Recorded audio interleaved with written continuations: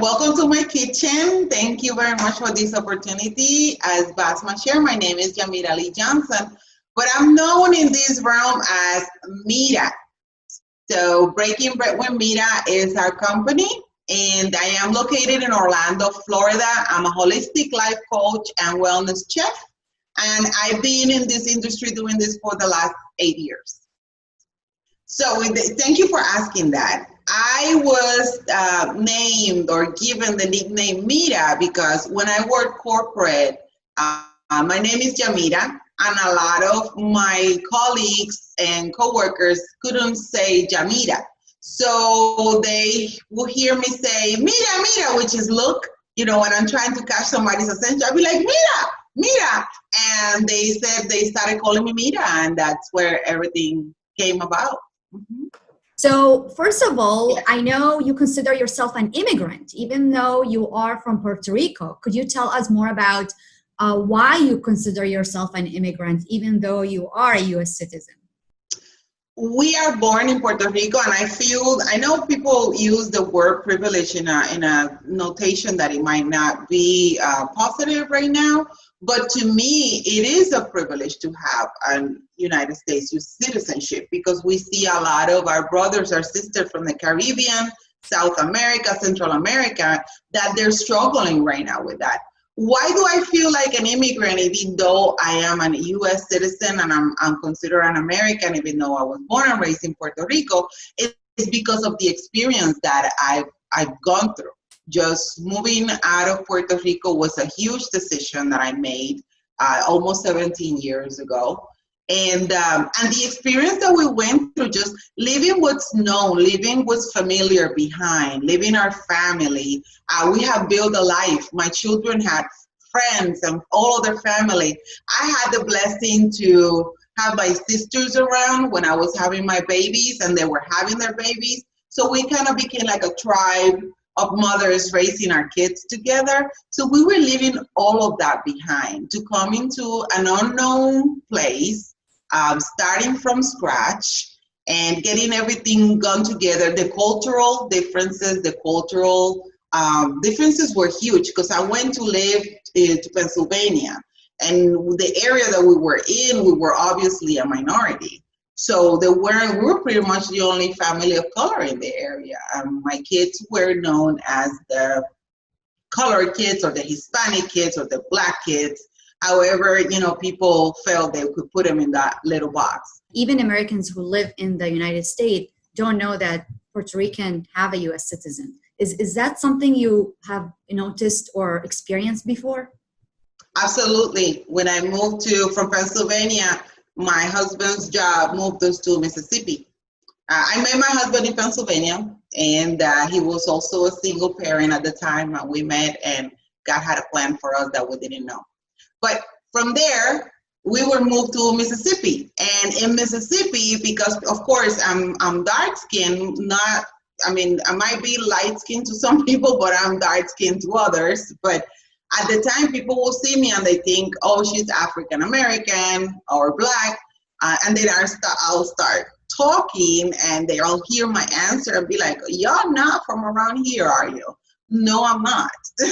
So I noticed a lot of times they were confused. People were confused in the community that we were in, whether I was American, African American, or where I was from. And when I said I was Hispanic, notice in Mississippi, Alabama, Arkansas, that area, the Hispanics there are mostly either Mexican, South American, Central American, where you find, and of course there's Caribbean Hispanics too, but I think is less. You go to New York, Pennsylvania, Massachusetts, even here, Florida, you're gonna find more Hispanics from the islands, more Caribbean Hispanics. So in Mississippi, if I said I was Hispanic, they would automatically think that I was from South America. I literally had somebody say Puerto Rico, where is that at? And to me, that's mind blowing because I know Puerto Rico is 100 by 35, but to me, is the world is huge. And so for someone not to know where Puerto Rico is, it was really shocking to me. So I had the opportunity to share with people that I work with the community, where we were from and what being a Puerto Rican means. Well, that's a very meaningful experience for me because I feel that shaped me to what I'm doing right now. When I was a child, my mom was a pioneer of her times. She had 5 children, and at the time when I was born, she became a single parent, and she had bought her own house. She had a professional career, but unfortunately, she got sick. And when she got sick, that changed our situation, our circumstances by a lot. Then my grandparents passed away, which were a big support for her. So my mom went through a lot, and that reflected, in how we were cared for and even food. So sometimes we didn't have a lot in our house, and I've learned to cook with what we have. And we'll talk a little bit more about that when we get into more details on the interview. But I remember sometimes there weren't food. There weren't, we would have maybe 1 meal, 2 meals, but it wasn't a home where we could go into the refrigerator. Not all the time. There were times that were like that, but not all the time. So for me, sometimes the only meal I had was at school. And if I skipped it because I was trying to either go play or not show that I was hungry, then I would come home and sometimes there weren't things to eat. So that I feel that experience has given me an appreciation for food and for what children go through in regards to not having everything that they should have. I remember my mom going out to the backyard, and we would have, planted plantains and bananas and fruits and vegetables, and she would go out with her machete. I mean, my mom was small. She was tiny, but she was mighty. Like, she was like 5'1", but she had a machete. She'd go out and cut a bunch of stuff, dig up some roots, come back in the kitchen, and we had a wonderful meal. So to me, I always also long for that. Let's sit down and have a meal together. To me, Breaking Bread, which is the name of our corporation, it's where you build memories with friends, with family, where you could talk about your day. You could, and those were things that weren't happening at a season in my life when I was a child. So I think as an adult, I've made a point of pursuing having that family bonding, that friendship bonding, like let's eat, let's break bread, let's sit down together. I mean, haven't you had the best conversations with a friend or a family member over a good plate of food?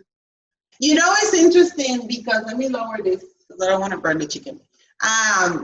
In Puerto Rico, so the school hours are similar. Usually back then it was from 8 to 3 o'clock. Then they started making changes, and sometimes some groups will go from 8 to 1, the other groups will go from 1 to 5. They serve, back then, I'm not sure how things are now, but they used to serve breakfast and lunch. Now, one thing that my kids went through a cultural shock when we moved to Pennsylvania is that in Puerto Rico, the lunch hour is very traditional. You have the traditional moms or the ladies, we call them la señora de la cafetería. The ladies, I mean, we had like a respect for them, and we will come in with our trays and they'll fit us. And I remember one of my youngest sons, Christian, he eats a lot. And the ladies at the cafeteria, the lunch cafeteria, loved him because he will always come back for more. So one thing that they experienced when they moved is that in Puerto Rico, funds are allocated to make sure that kids have that breakfast and that lunch. And it's not pizza, it's not burgers. I don't know what's now, but when I was growing up, when my kids were growing up, it was substantial, like meals. Like I would cook at home. The kids will have a substantial lunch where they had their carbs, their protein, their milk, their drink, their juice, their dessert or fruits. So it was a whole tray that you would go down the line and they'll start putting each one of the groups, but it was substantial. So when we moved to Pennsylvania and the kids went to lunch and they gave them frozen pizza, they were up like, what is this? What nonsense is this? Nothing wrong. If you're hungry, you're going to eat the frozen pizza, and I'm not disregarding that. I'm just saying that it was shocking to them to see how the diet kind of changed because they were used to more wholesome, homemade or home cooked meals than the pre-made ones that they offer here. However, in Puerto Rico, they have to walk to school. If I couldn't take them in the morning, there was an age time where, yeah, I will take them, I'll be there. But then as they got older, they would walk to school. What we noticed in Pennsylvania is that the schools invest in the transportation system of their students. The transportation system was amazing. And when we lived in Pennsylvania, there's areas where there's gaps. The public transportation doesn't reach it. So it is important in those areas to have good transportation for the kids, especially when it's cold. And that's something that Puerto Rico didn't invest in. They had some buses, but it was for kids that lived more in the rural areas and were brought into the schools. That's the big difference that I noticed there. We were PTA parents. We did the selling the hot dogs, the pizza, the school trips, the meetings, all of the schools, all of our kids did either sports or band, different parts. So we lived that life. If people see me now, they think, oh, she's chill. No, I did my part. So my kids, to answer your question, our kids are all grown men and women, have their own homes, their own careers, their own families. Thank God for that. But we do not have school age children. We have our grandkids now, but they're not in school yet. So that's a big difference for us to another season in our lives. That's amazing. Well, you look young. That's why I didn't ask if you have grandchildren. Going back to food, when did you learn how to cook? What age? Actually, I learned from my grandmother. And it's because when I was in my probably 4 or 5, my grandma would take care, I would stay with her during the day while my mom worked. So I remember seeing my grandmother in the kitchen most of the time. It was either the kitchen or when she got done with all the chores, there was a little porch that she would sit and enjoy the afternoon or the rest of the day. But it was actually my grandmother. My grandmother would get up in the morning like a soldier. She was a cook soldier. And she would get up, and I remember her, I would come in and she would make breakfast for my grandfather and, my uncles and aunts. They will go off to work, then they'll come back for lunch. Back then, they will come back home for lunch, and then my grandmother had already cleaned up. She made lunch, served everyone. Everyone left, she'll clean up, and then she'll start making dinner. I remember my grandmother in the morning pouring hot boiling water over the counters, disinfecting everything, and then she will lay the rice, and she'll go over the rice grain by grain, getting all the debris, and she'll do the same with the dry beans. So I remember, this is how I remember her, and that gave me such love for creating in the kitchen, just by watching her. To this day, there's one particular flavor that I remember, and it was my grandma used to make short grain rice, white rice with white beans, and then she'll put pumpkin, calabaza in the beans. And I know it's gross, a little gross, but it was delicious when I ate it. It was pig feet. They'll put them in the beans to give them flavor, which is not with collagen, by the way. However, when you think about what it is, it's like, but at the time, this is what we had, and it was delicious. That particular flavor I will never forget. So it was my grandmother who had a great influence, but my mom also, she cooked. I mean, even though she worked every day, she cooked, and she was a great cook. My father was a great cook. My father, at his house, what we call, en el barrio, when we call it, we grew up the hood, which hood has a bad connotation now, but in Spanish is your barrio, is where you come from, is your roots, is where your people is at. And I remember my father, until he passed, on Sundays, the whole town knew that he will make a pot of soup or he will grill something outside. So if anyone was hungry, they will come to my dad's house for a plate of food. And sometimes we'll all be sitting there and random people will be coming out the store and we're like, and then they'll go to my stepmom and be like, hey, Papa sent me. He said that, I could eat here. And that to me was like, shocking because they will be like, this is not, the people who came, most people would not invite to their houses to eat, sit down at a table and eat. And my father did. That's why I say that all of them, my mom, my father, my grandfather, my grandmother, it all influenced and it prepared me for what I'm doing now. The projects that I work with are all related to kids who are in need, are at risk, family oriented. And it's not because I purposely did it like that. It's just the way my career has kind of gone that way. When did you decide that, hey, that's it, I want to have my own thing? Change usually comes when you're sick of things, when you can't go no more, when you're about to break. And that's how I felt. I was working in the corporate world very successfully, and I'm very grateful for those opportunities because I learned so much, but I was burned out, and to the point where I depleted myself. I was working probably 50 hours in the office, then I was bringing my laptop home and continue to work from there. And I will continue to work from there. We call it the ball and chain. All the managers that we had, the laptops, we call it the ball and chain. I'm taking the ball and we saw a manager leaving their laptop. We knew that they were having a weekend, like they were sick of everybody and they just wanted to be. So as I was working corporate and those long hours, and I was working in a very sales aggressive environment, which is most corporations, it made me sick. I started developing inflammation. I started going to doctors. They didn't know. They thought it was carpal tunnel. They did the test. It wasn't that. They thought it was this. They did the test. It wasn't that. But I kept feeling the fatigue and the inflammation, the chronic pain. It was unbearable.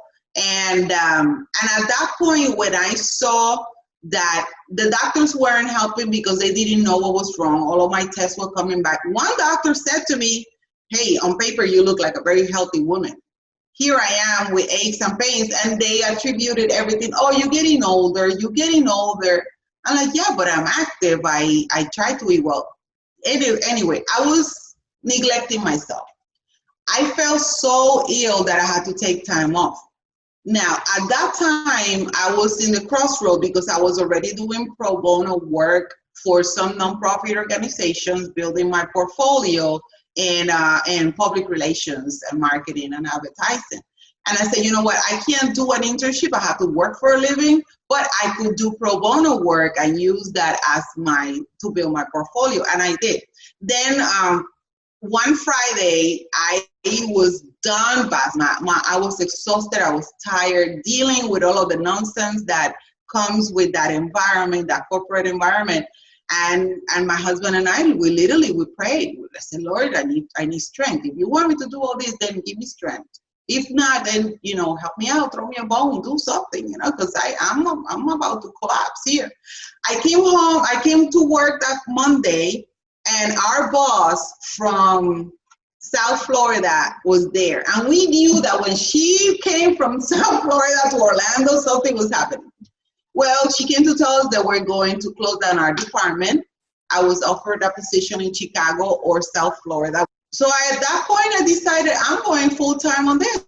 I opened a catering, got my food manager license, went back and studied and got ready, got my certifications, my licensing, and everything just kind of came together with the food and the way, emotional intelligence. I'm also certified as an emotional intelligence practitioner, and it helped me heal. I started seeing progress. There have been times where I've been down, Bossman, in a bed where I can't move. And today I'm standing here and I'm able to do this interview with you. So I know that what I did, the steps that I took were right. I was on the right track, although it didn't feel like that when I was doing it. So someone asking, what did you do as a holistic diet coach? So very, very, it's harder in your brain than it is the task. The task is smaller than what your brain will tell you, because there's two things. Our brain and our gut are connected. So if we're eating junk food and we're eating processed foods, your brain is okay with that, even though it's hurting your body. But as long as you're giving it that, it's okay. The moment you change to do something a little healthier, your brain is going to be like, wait, where's that? So what I did to help my body heal and fight back the inflammation and the chronic pain, I started shedding all the processed foods. That was the first thing. Then I started adding more water, preferably alkaline water with a pH of 7.8. There's no sickness can live in a body that's alkaline, period. So if you're drinking alkaline water and you check your pH, which you can with the little strips, and your pH is 7.8, you're in a good place. If your pH is anything lower than 7.8, you're open to getting sick. So I started doing wholesome foods, a lot of alkaline water. Like right now, I drink my water. I add chia to my water. So I'm constantly feeding my body with wholesome foods, with lots of water, and eliminating foods that could trigger flares, the inflammation flares. So that's what I share in my classes, how to use the different salts, the different oils, what are the best sugars to add. Sugar is definitely not our friend. It is our palate's best friend, but it's our worst body, our biological system's enemy.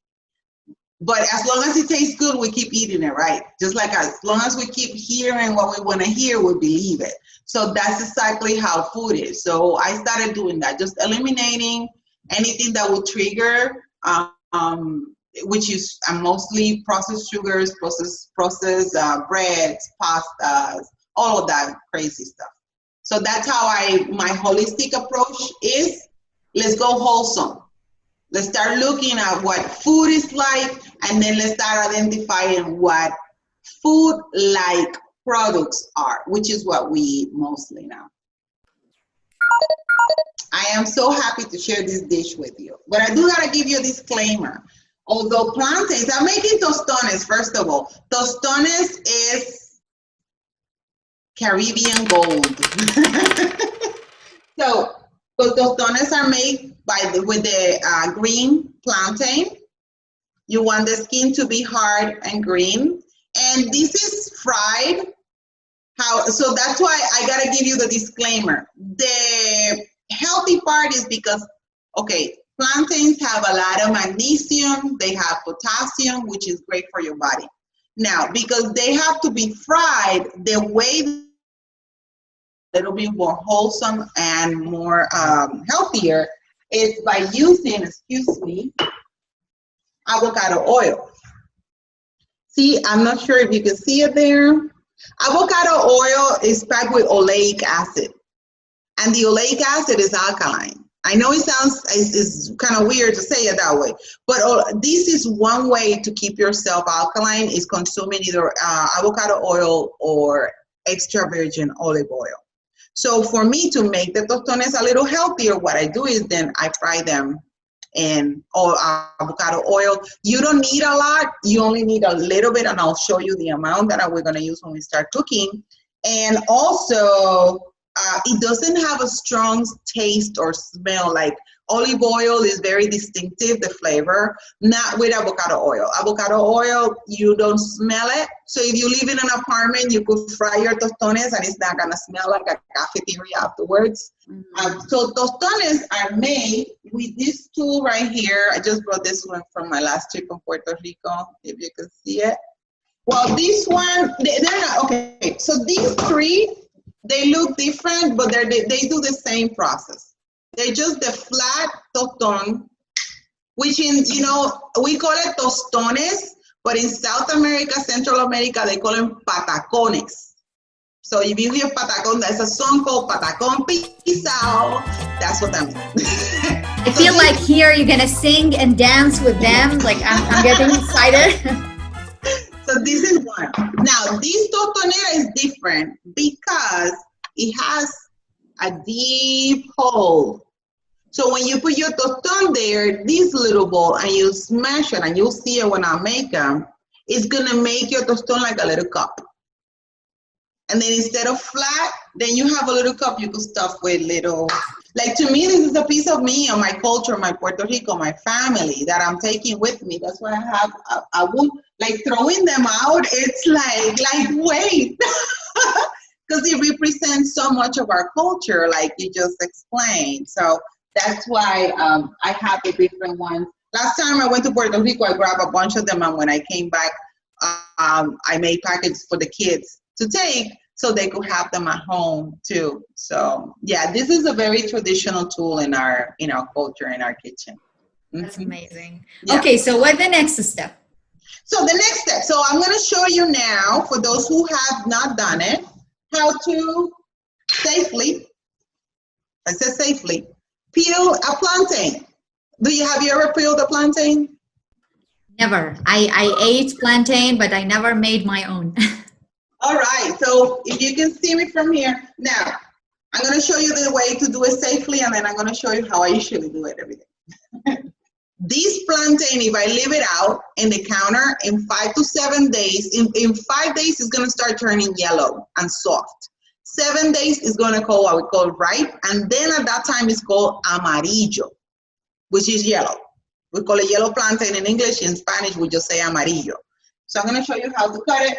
So it's got 2 ends. You want to grab your knife. If you want to wear gloves, do so, because this has like a milk, like a gooey milk is between the skin and the flesh, and that stains. It will stain your clothes. It will stain your hands. I don't mind, because I'm going to wash my hands real quick, so it doesn't matter. But if you want to wear gloves, do. Then you're going to first cut one tip. I need a better knife. That's a good knife, but not for this. One tip comes off, right? Second tip comes off, and then while you're still sitting there, you want to do a line. I'm trying to show you. I'm going to show you my hand, but do it while you're. And then you're going to do a line all the way down. See that? On both sides. See that? If I do it and while the plantain is still laying down, I will do it like this and like this, but I wanted you to see it. Then with the tip of my knife, I'm gonna go in between one of the cuts that I made and lift like that. Then with my thumb, I'm just gonna pull that skin off. This is great for composting. If we're using the whole plantain, this is great for your compost. If you have a home garden, then I'm going to pull again, trying to show you. Can you all see it in the shot? Yes. See how easy that comes? Mm-hmm. And that's your green plantain or verde. Now, if you bring your plantains home and you put them in the refrigerator, that skin, that milk is gonna get hard. So that means that the skin is gonna stick. And when you're trying to peel it, it's gonna take you a little bit longer. Another way that I've seen them peeled is cutting the tips and then slicing them. Then you take one, do the same process, cut both ends. I'm sorry, alongside 2 lines. And then just pull. And then when you cut them, when you peel them, they're already this size. Longer as in when you're storing them? Yes. The process, okay, so the bananas and the plantains, between probably 5 days, they're gonna start turning, if you get the green bananas, give them 3 to 5 days, they start getting yellow, and that's when we eat them, right? Same with the plantains. They're going to take 5 to 7 days. They're going to start turning yellow. If they get yellow, but then they start turning black and really soft, then they might not be good. You got to open them. If they have black spots all around it, don't use them. But if they're really yellow and soft, even if they're softer, but they're not black inside, they're good, and they'll be sweet. This plantain is savory.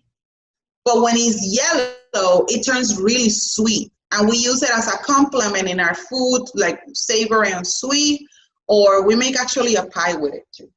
the one thing, tostones is not the end of a plantain. There's so many things you can make with it. You can make mofongo, which is one of my favorite foods in the whole wide world, even though I need a nap every time I eat it afterwards. You can make arañitas, which is the grated green plantain. Then you make a little bowl and you fry it. We call that arañas, which means spider because it comes out like a little spider. And then I'm going to show you how to make platanutres, which is plantain chips. And it's really easy. I'm peeling my plantain. We used to do the plantains come in a racimo, which also, plantains came from Africa. They were actually brought to the islands by a Portuguese monk. When they were doing their traveling, as you know, as we talk, you know, we got this island, we have Puerto Ricans are a mix, and whoever believes differently, they need to check their history. But there were native Indians called Taínos. Then we have the Europeans that came out looking for land. And then when the Indians were gone and exterminated, then they started bringing the Africans to do the labor. So from that mix of native Indian Taino, the Europeans, and the Africans, that's where the Puerto Ricans come from. All right, so I want to show you, this is what we call a guillotina. This is a Pamper Chef tool that I use a lot. It has a safety feature right here where you attach this so your fingers, you keep your fingers because you most likely, like me, need them.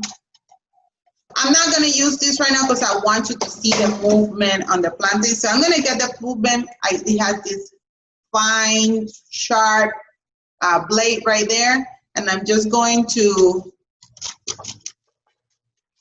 brush my plantain.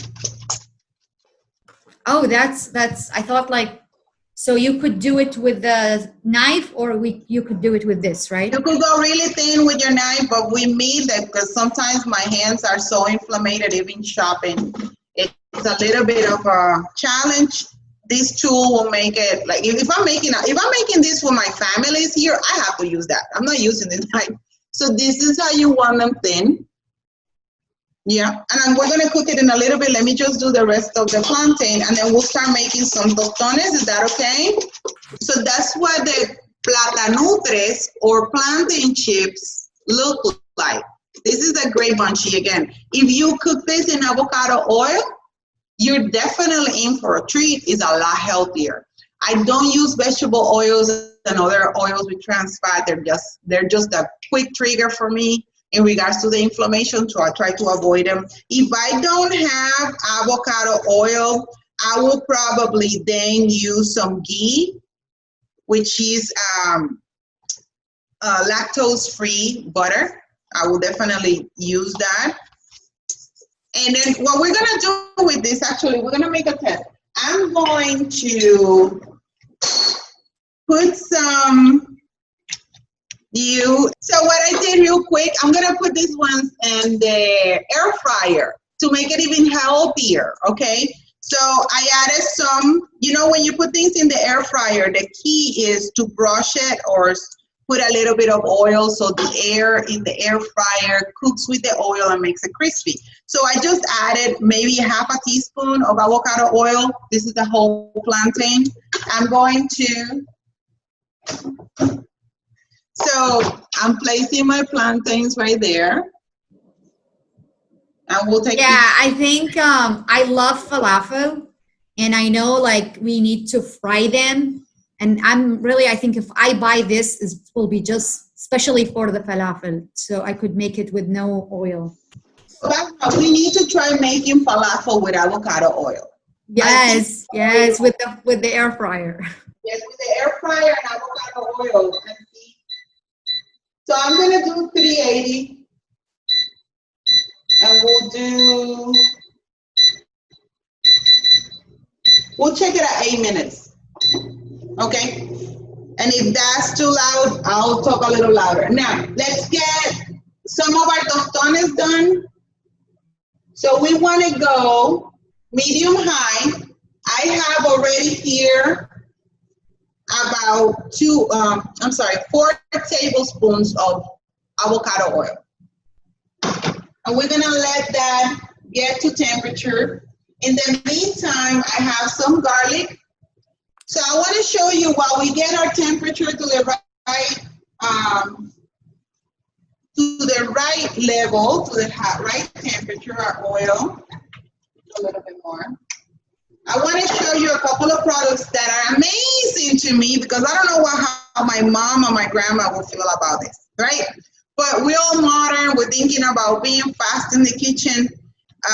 These are two products that I found at the grocery store. These are frozen fried tostones, right? They come, this is what they look like. Okay? And they're frozen, you can keep them in the freezer. And then they have these other products, that's tostones de pana. Pana is what we call breadfruit.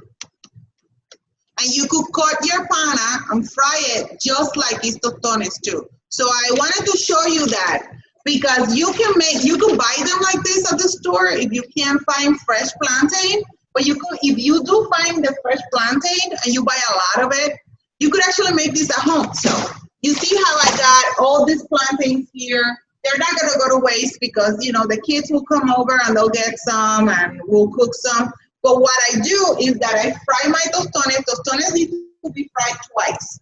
The plantain is gonna go like this into the oil. It's gonna fry for 2 to 3 minutes, 2 minutes, 2.5 minutes, 3 minutes per side. Then I'm gonna mash it, and then we're gonna fry it again. So what this product does is that they take the first step for you. They fry it, mash it, and then they freeze it. Once they come out of the oil, that's when you salt them. Oh. Some people though will get, like right now, once they chop their plantain, they will soak them in water with salt, just so they get more flavor. And when they cook a little bit more even. I'm not doing it right now because it's really not necessary. I'm gonna put salt when they're fried. But if, like, let's say that it was family dinner, family night, and all the kids were here, or the family was here, I would probably cut all my plantains 2 hours, 3 hours before, put them in a bucket with water and salt, and let them sit while I do everything else. And then that's the last thing I'm gonna do is cook the plantains. You wanna make sure they're completely dry before you put them in the oil, though. You wanna take them out, put them in a napkin, take the water out, lay them on a napkin, make sure that they're really dry, otherwise you're gonna have a lot of water and oil splatter, and that's gonna hurt. There's two sauces. One is a garlic mojo, which is simply mashed garlic, either with olive oil or butter. That's your mojo, salt and pepper. Simple, keep it simple. Then we have what we call mayo ketchup, which now is so popular, we've been using this for decades. And it's just a quick mix, equal parts, or depending how light or dark you want it, you're gonna mix the ketchup and the mayonnaise. To this, I got 2 more ingredients that are out of, I'm gonna tell you yet. Let's check on the plantain chips. Oh yeah. I don't know how my mom will feel about this. Oh my God. This is lifesaver. It's so quick. You see that? That was 7 minutes. So you just do a little bit of salt.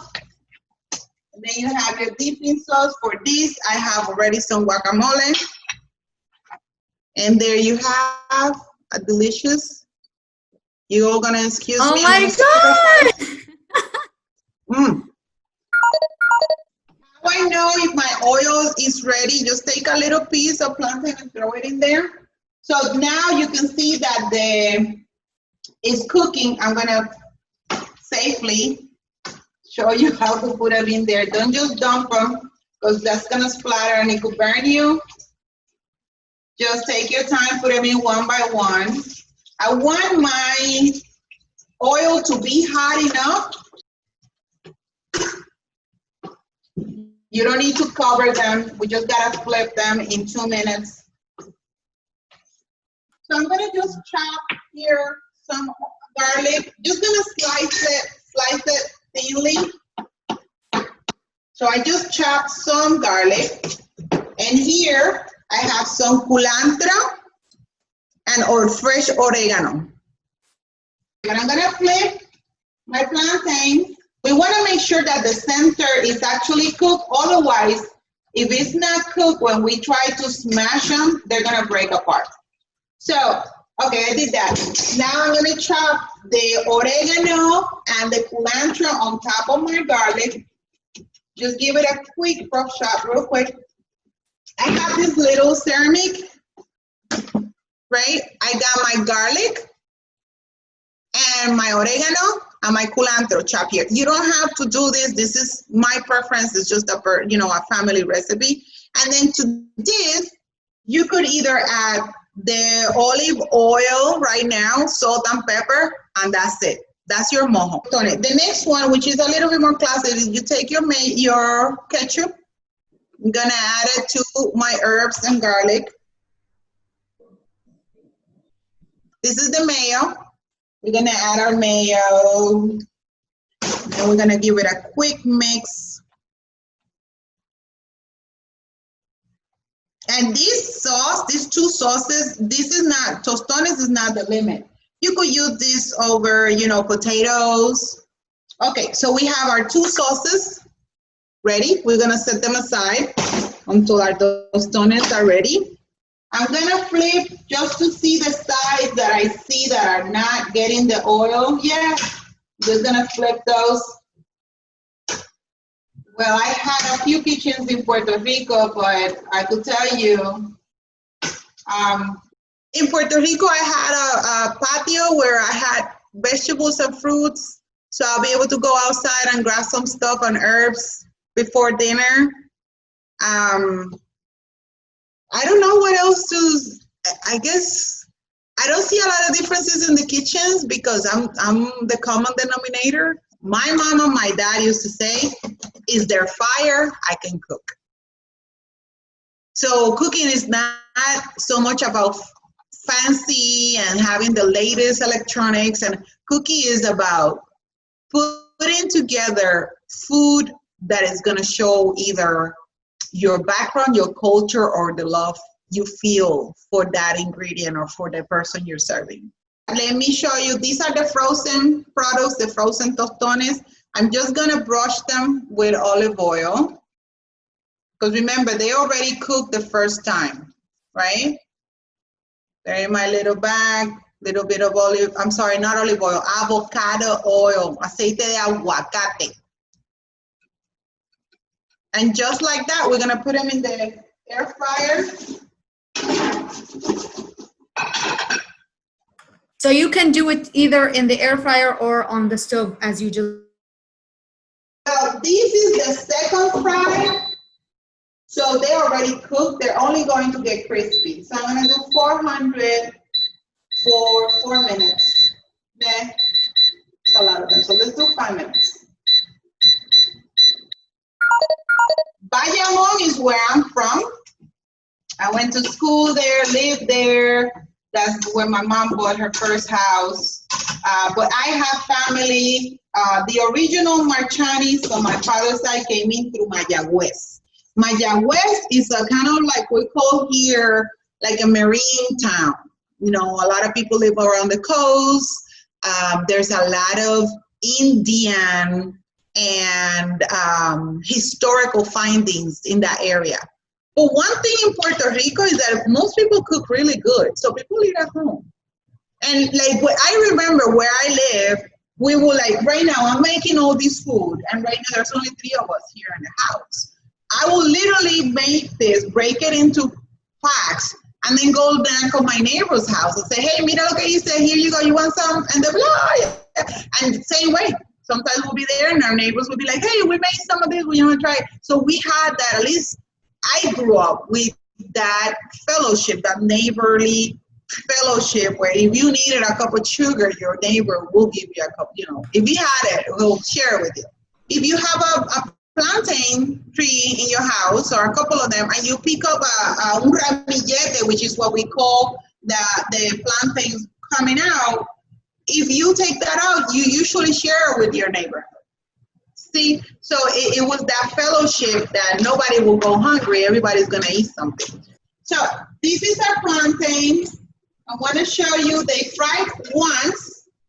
It was about 2-3 minutes per side. See, and then we're going to put it in a tostonera right there. This is one of them, and we're just gonna smash. And just like that. See that? Now, I'm gonna make it. So let's say, oh, this one is really nice. So in case you see the style, I don't know because this one was made with by my brother-in-law. So I don't know if they actually will sell in the street, something like that. That's the other one. See that? Now, let's say you don't have a tostonera. I don't expect you to have a tostonera, but you can still eat tostones. And I'll show you how. Do not use a shoe unless, like Basma said, a new shoe could work, but there's no need to get that far because you could use pretty much anything you have in your kitchen that has a flat bottom. See that? There's one. Okay, so let's get our heat back on. And we're gonna do the second fry. And then the next one I wanna show you is the one with the hole. Let's make a cup. I got my plantains in there, right? So you put 2, right? 2, yeah. To make it just a little bigger. Then I'm gonna smash on that little ball. Look at that. Oh, wow. That's amazing. Isn't that awesome? Once we fry them, then I'm going to plate them so you can see what they look like plate with the sauces. Again, it was brought to the islands or to the Caribbean in one of the trips by a Portuguese monk. And then from there, he's just spread it out. Puerto Rico is big on plantains. Right now, I think in the last couple of years, they've had some type of fungus that got on the plants and it destroyed a lot of the crops. But Santo Domingo, Dominican Republic, Cuba, South America, and they're big with plantains. Going back to that, so Puerto Rico became pretty much like a hub. So we get the basic, again, native, Indian, Taino, European, and African, but that was not the only one. There were people from all over the world migrating to Puerto Rico because of the labor, because they were developing the land. They were at the time back in the 40s, 50s, 60s, coffee and sugar cane were the main products in the island.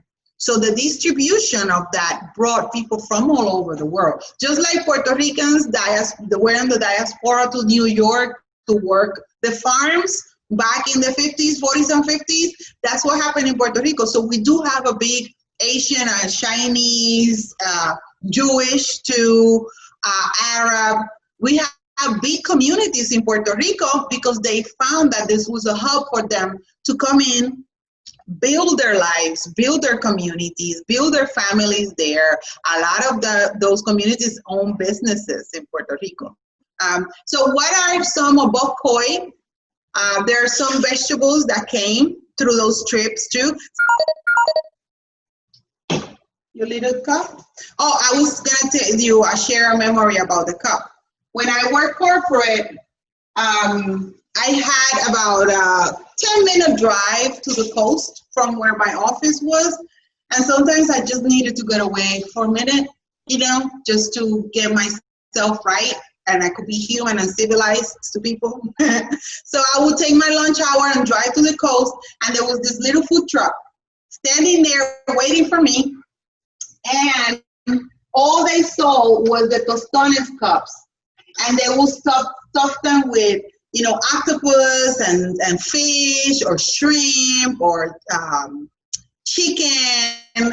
And then they give you this little bit. And I would sit there. But when I remember that now, looking back, not knowing where life is going to take me, sitting there, taking my lunch break, looking at the ocean, eating my little Tostones. I will buy like 6 of them, half a dozen, and stuff them with different things, and just sit there and eat and think about how wonderful it is. And that was to me a reset. I will go back to the office brand new, ready to attack whatever challenge came, and God knows that there were challenges coming left and right. February 13, I had my calendar booked all the way to August. February 27, that's when everything started canceling. And here I am now. I love what I do. I love doing my classes. I believe that if this helps me, this could help somebody else. Eating like the way I do, and everything that the resources that I have available that I can provide and share. So first couple of weeks, of course, you go through the process of sadness, anger, denial, all of that stuff. I went through all of that, and Netflix was my companion through that process. Well, you get to deal with it and relieve it somewhere, right? Yes. And then I started, you know what, we gotta do something about it. So we started the transition to preparing ourselves to do the classes then remotely.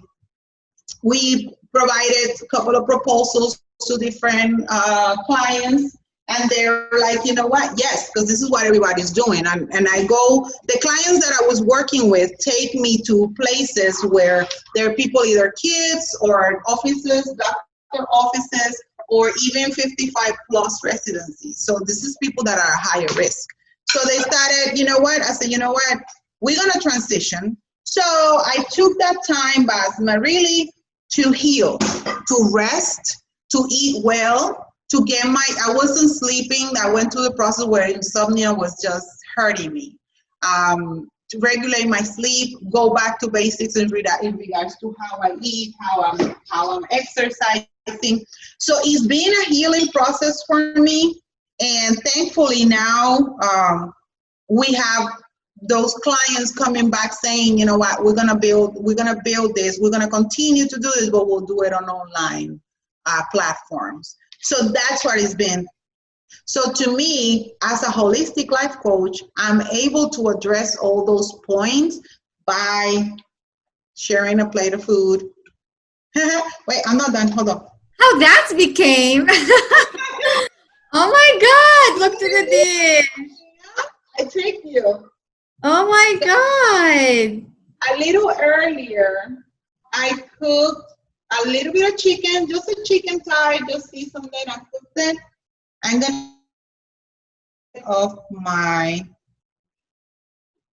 gonna use my hands. I know it doesn't look as professional. That's the little cup. Oh. And you put the sauce over it? Oh my God. That's amazing. That's amazing. And now if you excuse me, Yes, go ahead, please.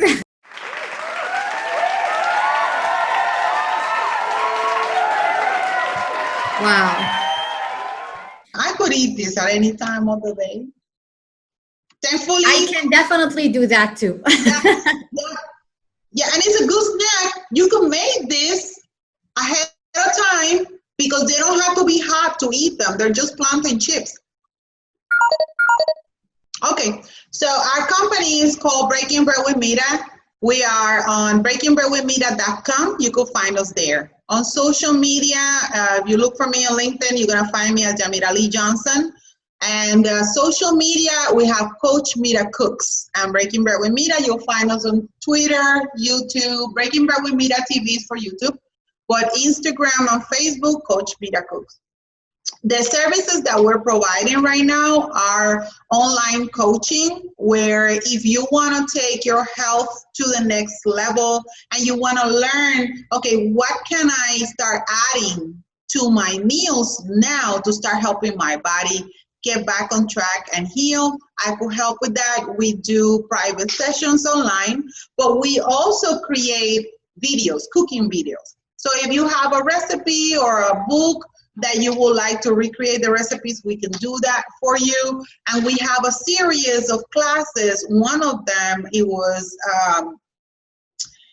featured at the Orlando County Library Systems. It was the No Passport Required with Samuel. So we were part of that program in January, and we built a class. It's 4-week class, and it's how to use healthy salts, oils, and sugars, which is the base of what we cook. So I do a class. I also add vinegars, but that's the bonus. I do those classes. So if anyone wants to contact us, they could email us at find@breakingbreadwithmira.com. They could send us an email there, or they could contact us through our website, breakingbreadwithmira.com, and I will be happy to help you. We do these classes, whether it's for one person, or we could do it on a corporate setting for members. We could do a live class like this with specific recipes that you choose or we choose, or we could do actual videos that you could just play for your members and your participants. And then you could duplicate that, and you don't need me there in the room every day.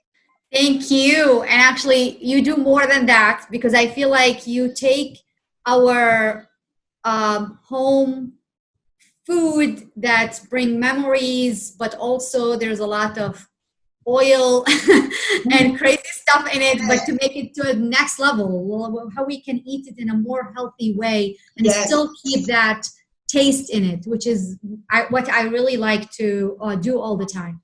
I enjoyed, and I know everyone else enjoyed, and we're all gonna make somehow at home plantain, and maybe we can tell you. Thank you, you too. Take care, stay safe, wash your hands, be kind to each other.